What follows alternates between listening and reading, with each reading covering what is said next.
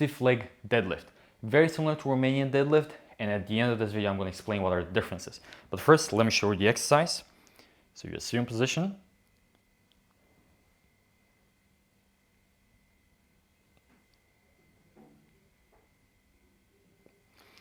And what's important about this exercise? This movement is all about your hips, pushing your butt back in the horizontal plane. So the movement is horizontal back and forward, back and forward.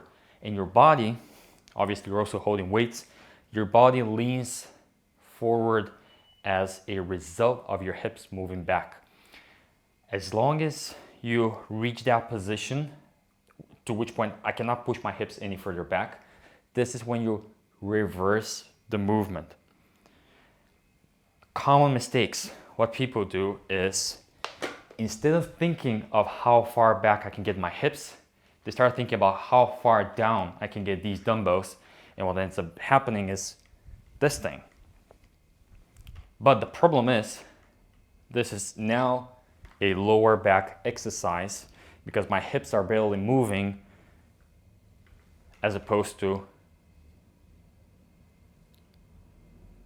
see how much more hip movement I'm getting. Also, another common mistake is, again, people thinking about how far down I can get, and ends up looking more like a squat.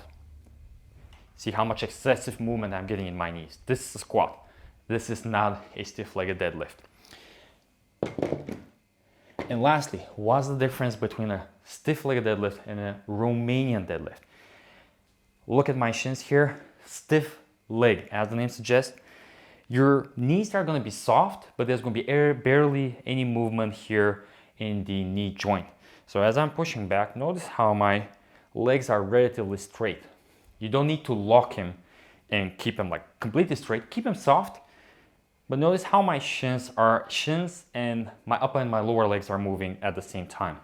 Whereas with a Romanian deadlift, this section of the leg, the lower leg, the shins, they remain static.